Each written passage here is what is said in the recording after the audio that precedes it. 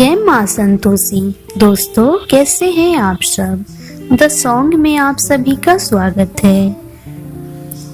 माता संतोषी की व्रत में विशेष रूप से जो स्त्री पुरुष इस व्रत को करते हैं उन्हें खट्टी चीजों से परहेज करना चाहिए।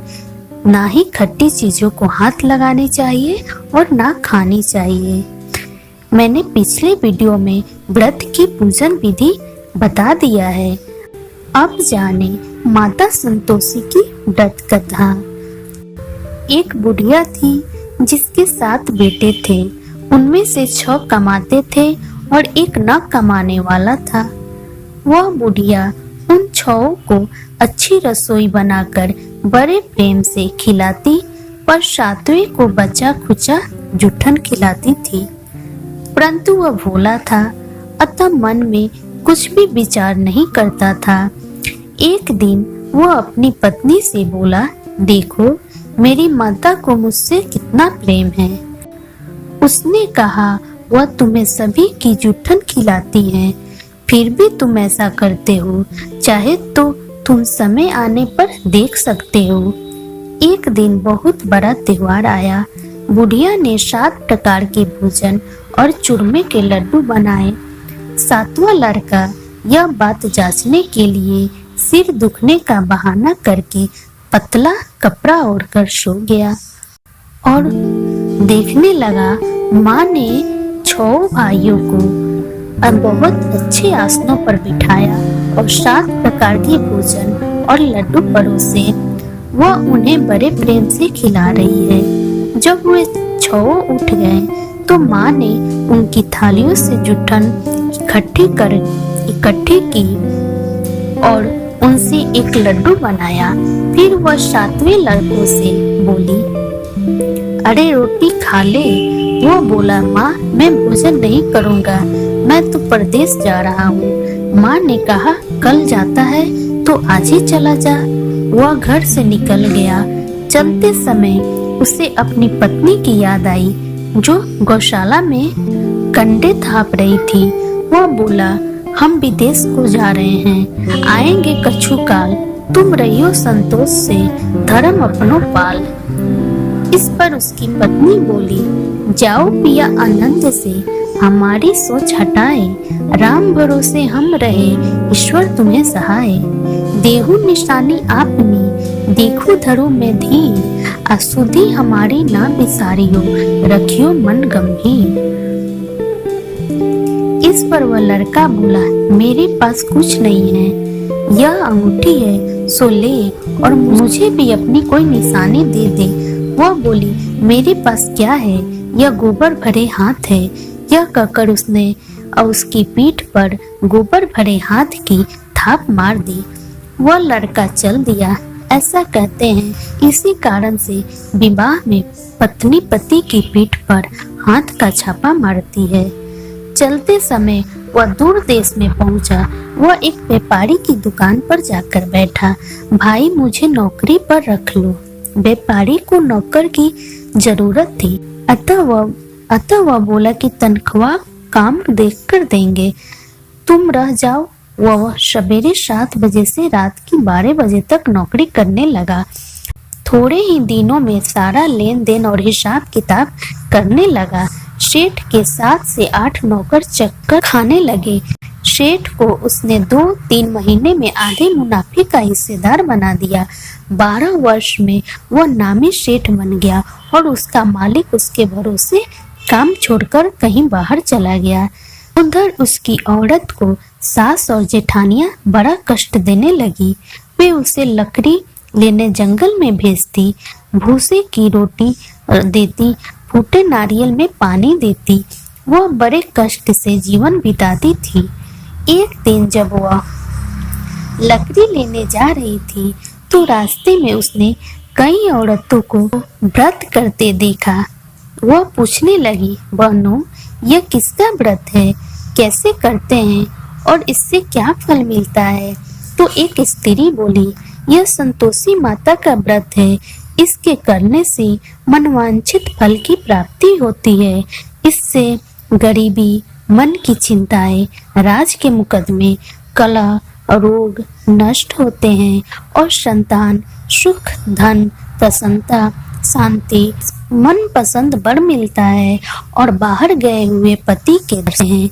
उसने उसे व्रत करने की विधि बता दी। उसने रास्ते में सारी लकड़ियां बेच दी और गुड़ और चना ले लिया।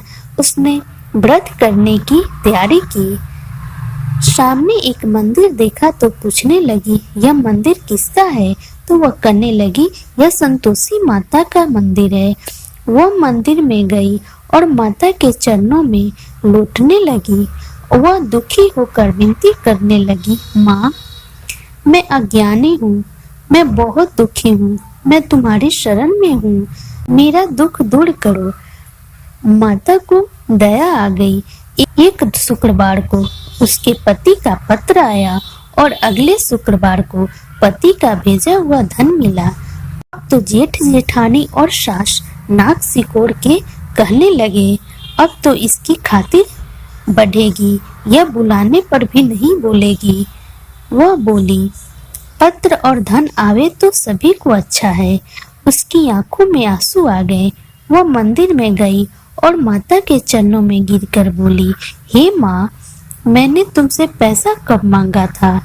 मुझे तो अपना सुहाग चाहिए। मैं तो अपने स्वामी के दर्शन और सेवा करना मांगती हूँ। तब माता ने प्रसन्न होकर कहा, जा बेटी, तेरा पति आवेगा। वह बड़ी प्रसन्नता से घर गई और घर का काम काज करने लगी। उधर संतोषी माता ने उसके पति के स्वप्न में घर जाने और पत्नी की याद दिलाई। उसने कहा कि माँ, मैं कैसे जाऊं? परदेश की बात है, लेन देन का कोई हिसाब नहीं है। माँ ने कहा, मेरी बात मान, सवेरे नहा धोकर मेरा नाम लेकर घी का दीपक जलाकर दंडवत करके दुकान पर बैठना। देखते देखते सारा लेन देन साफ हो जाएगा, धन का ढेर लग जाएगा। सवेरे उसने अपने स्वप्न की बात सभी से कही तो सब दिल लगी उड़ाने लगे। वे कहने लगे कि कहीं सपने भी सत्य होते हैं। पर एक बूढ़े ने कहा कि भाई, जैसे माता ने कहा है वैसे करने में क्या डर है। उसने नहा धोकर माता को दंडवत करके घी का दीपक जलाया और दुकान पर जाकर बैठ गया। थोड़ी ही देर में सारा लेन देन साफ हो गया, सारा माल बिक गया और धन का ढेर लग गया। वो प्रसन्न हुआ और घर के लिए गहने और सामान वगैरह खरीदने लगा। वह जल्दी ही घर को रवाना हो गया। उधर बेचारी उसकी पत्नी रोज लकड़ियां लेने जाती और रोज संतोषी माता की सेवा करती। उसने माता से पूछा, हे माँ, यह धूल कैसी उड़ रही है? माता ने कहा, तेरा पति आ रहा है, तू लकड़ियों के 3 बोझ बना ले। एक नदी के किनारे रख, एक यहाँ रख और तीसरा अपने सिर पर रख ले। तेरे पति के दिल में उस लकड़ी के गट्ठे को देखकर मोह पैदा होगा। जब वह यहाँ रुक कर नाश्ता पानी करके घर जाएगा, तब तू लकड़ियाँ उठाकर घर जाना और चौक के बीच में गट्ठर डालकर जोर जोर से 3 आवाजें लगाना। सासू जी, लकड़ियाँ का गट्ठा लो, भूसे की रोटी दो और नारियल के खोपटे में पानी दो। आज मेहमान कौन आया है? इसने माँ के चरण छुए और उसके कहे अनुसार सारा कार्य किए। इसने संतोषी माँ के चरण छुए और उसके कहे अनुसार सारा कार्य किया। वह तीसरा गट्ठर लेकर घर गई और चौक में डालकर कहने लगी, सासू जी, लकड़ियों का गट्ठर लो, भूसे की रोटी दो, नारियल के खोपड़े में पानी दो। आज मेहमान कौन आया है?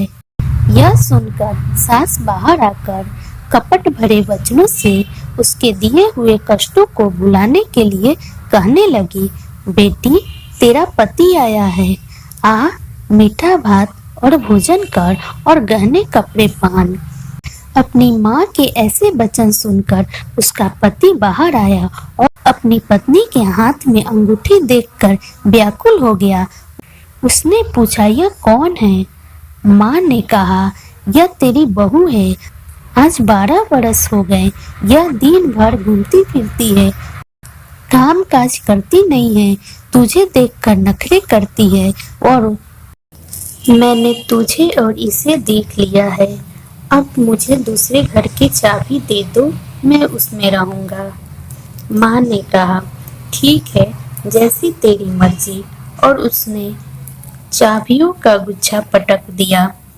उसने अपना सामान तीसरी मंजिल के ऊपर के कमरे में रख दिया। एक ही दिन में वे राजा के समान ठाट बाट वाले बन गए। इतने में अगला शुक्रवार आया। बहू ने अपनी पति से कहा, मुझे संतोषी माता के व्रत का उद्यापन करना है। वह बोला, बहुत अच्छा, खुशी से कर ले। जल्दी ही उद्यापन की तैयारी करने लगी। उसने जेठ के लड़कों को जिमने के लिए कहा। उन्होंने मान लिया। पीछे से जेठानियों ने अपने बच्चों को सिखा दिया, तुम खटाई मांगना, जिससे उसका उद्यापन पूरा न हो। लड़कों ने जिम कर खटाई मांगी। बहू कहने लगी, भाई, खटाई किसी को नहीं दी जाएगी, यह तो संतोषी माता का प्रसाद है। लड़के खड़े हो गए और बोले, पैसा लाओ। वो भोली कुछ ना समझ सकी, उनका क्या भेद है। उसने पैसे दे दिए और वे इमली की खटाई मंगाकर खाने लगे। इस पर संतोषी माता ने उस पर रोष किया। राजा के दूत उसके पति को पकड़ कर ले गए। बहू बेचारी बड़ी दुखी हुई और रोती हुई माता जी के मंदिर में गई और उनके चरणों में गिरकर कहने लगी, हे माता, यह क्या किया? हंसा कर अब तुम मुझे क्यों रुलाने लगी? माता बोली, पुत्री, मुझे दुख है कि तुमने अभिमान करके मेरा व्रत तोड़ा है और इतनी जल्दी सब बातें भुला दी। वह कहने लगी, माता, मेरा कोई अपराध नहीं है। मुझे तो लड़कों ने भूल में डाल दिया। मैंने भूल से ही उन्हें पैसे दे दिए। माँ, मुझे क्षमा करो, मैं दोबारा तुम्हारा उद्यापन करूंगी। माता बोली, जा, तेरा पति रास्ते में आता हुआ ही मिलेगा। उसे रास्ते में उसका पति मिला। उसके पूछने पर वह बोला, राजा ने मुझे बुलाया था, मैं उससे मिलने गया था। वे फिर घर चले गए। कुछ ही दिन बाद फिर शुक्रवार आया। वह दोबारा पति की आज्ञा से उद्यापन करने लगी। उसने फिर जेठ के लड़कों को बुलाया। जेठानियों ने फिर वही बात सिखा दी। लड़के भोजन की बात पर फिर खटाई मांगने लगे। उसने कहा, खटाई कुछ भी नहीं मिलेगा, आना हो तो आओ। यह कहकर वह ब्राह्मणों के लड़कों को लाकर भोजन कराने लगी। था शक्ति उसने उन्हें दक्षिणा दी। संतोषी माता उस पर बड़ी प्रसन्न हुई। माता की कृपा से 9वें मास में उसकी एक चंद्रमा के समान सुंदर पुत्र हुआ। उसने अपने पुत्र को लेकर वह रोजाना मंदिर जाने लगी। एक दिन संतोषी माता ने सोचा कि यह रोज यहाँ आती है, आज मैं इसके घर चलूं, इसका ससारा देखूं। यह सोचकर उसने एक भयानक रूप बनाया। गुड़ और चने से सना हुआ मुख, ऊपर को सूर्य के समान ओठ, जिन पर मक्खियां भिनभिना रही थी। इसी सूरत में वह उसके घर गई। देहली में पांव रखते ही उसकी सास बोली, देखो, कोई डाकिन आ रही है, इसे भगाओ नहीं तो किसी को खा जाएगी। लड़के भागकर खिड़की बंद करने लगे। 7वें लड़के की बहू खिड़की से देख रही थी। वह वहीं से चिल्लाने लगी, आज मेरी माता मेरे ही घर आई है।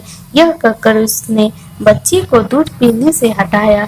इतने में सास बोली, पगली, किसे देखकर उतावली हुई है? बच्चे को पटक दिया है। इतने में संतोषी माता के प्रताप से वहां लड़के ही लड़के नजर आने लगे।